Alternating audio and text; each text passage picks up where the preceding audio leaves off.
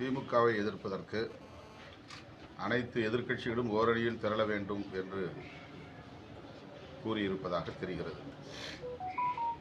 அதிலிருந்து அவர் ஒரு உண்மையை ஒப்புக்கொண்டிருக்கிறார். திமுக மற்றும் அதன் தலைமையிலான கூட்டணி மிக வலுவாக இருக்கிறது. அதனை எதிர்கொள்வதற்கு எதிர்க்கட்சிகள் முரண்பாடுகள் உள்ள கட்சிகளாக இருந்தாலும் அவை அனைத்தும் ஓரணியில் திரள வேண்டும் என்று கூறியிருக்கிறார். ஆக திமுக தலைமையிலான மதசார்பற்ற முற்போக்கு கூட்டணி வலுவாக இருக்கிறது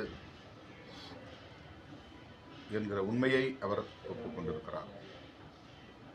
இரண்டாவது, எதிர்க்கட்சிகள் இன்னும் ஒரு அணியாக வடிவம் பெறவில்லை என்பதையும் அவர் ஒப்புக்கொண்டிருக்கிறார்.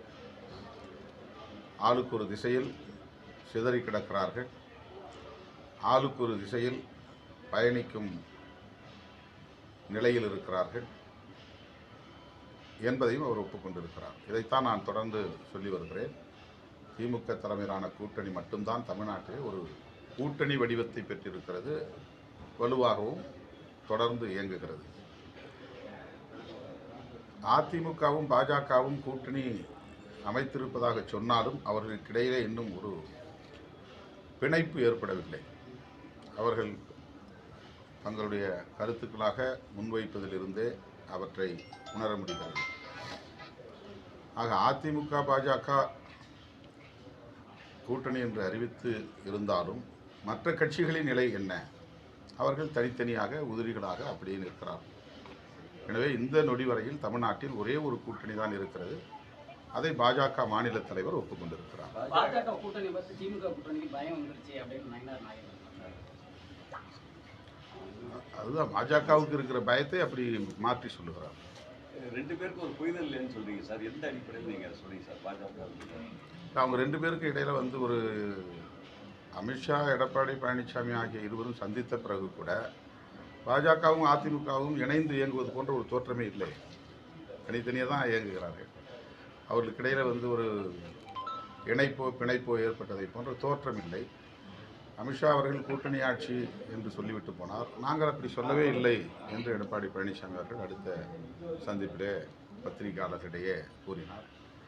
அதிலேயே ஒரு முரண் இருப்பது தெரிகிறது. இன்னும் அவர்களுக்கு இடையிலே ஒரு ஒட்டுறவு ஏற்படவில்லை என்று தெரிகிறது.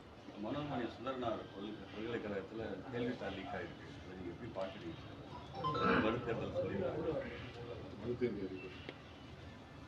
வினாத்தாள்கள் இவ்வாறு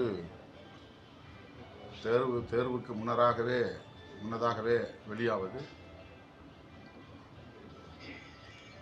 பல்கலைக்கழக நிர்வாகத்தில் உள்ள முறைகேடுகளை வெளிப்படுத்துகிறது அல்லது பலவீனங்களை வெளிப்படுத்துகிறது.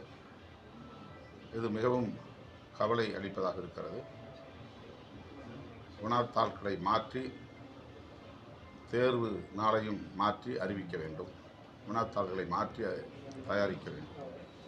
இதில் பள்ளிக்கல்வித்துறை ஒரு சர்க்குலர் அனுப்பியிருக்கு. எல்லாத்துக்கும் 100% தேர்வு தராத பள்ளி ஆசிரியர்களுக்கு, பள்ளி தலைமை ஆசிரியர்களுக்கு விளக்கம் கட்டி நோட்டீஸ் அனுப்பியிருக்காங்க. திருச்சியில் அந்த மாதிரி அனுப்பியிருக்காங்க.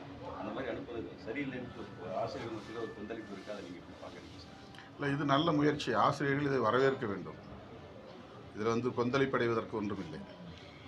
அனைத்து பள்ளிகளும் 100% தேர்ச்சி அடையக்கூடிய அளவுக்கு மேம்பட வேண்டும் என்கிற எதிர்பார்ப்பு பள்ளி கல்வித்துறை அமைச்சகத்திற்கு இருக்கிறது என்று சொன்னால் அதற்கு முழு ஒத்துழைப்பை நல்க வேண்டிய பொறுப்பு ஆசிரியர் பெருமக்களுக்கு உள்ளது. அதை வரவேற்க வேண்டும் என்று கேட்டுக்கொள்கிறேன். அண்ணா பல்கலைக்கழக வழக்கில் இன்னைக்கு பாலியல் வன்கொடுமை வழக்கில் இன்னைக்கு ஜட்ஜ்மெண்ட் ஆயிடுச்சு. அதில் வேறு சிலர் இல்லை சம்மந்தப்பட்டிருக்கிறதா ஒரு சொல்கிறாங்க. ஜட்ஜ்மெண்ட் வரட்டும். ஜட்ஜ்மெண்ட் வந்த பிறகு தான் நமக்கு உண்மை என்னன்னு தெரிய வரும். உண்மையான குற்றவாளிகள் யாராக இருந்தாலும் அவர்கள் சட்டத்தின் பிடியிலிருந்து தப்பித்து விடக்கூடாது என்பதுதான் நம்முடைய எதிர்பார்ப்பு.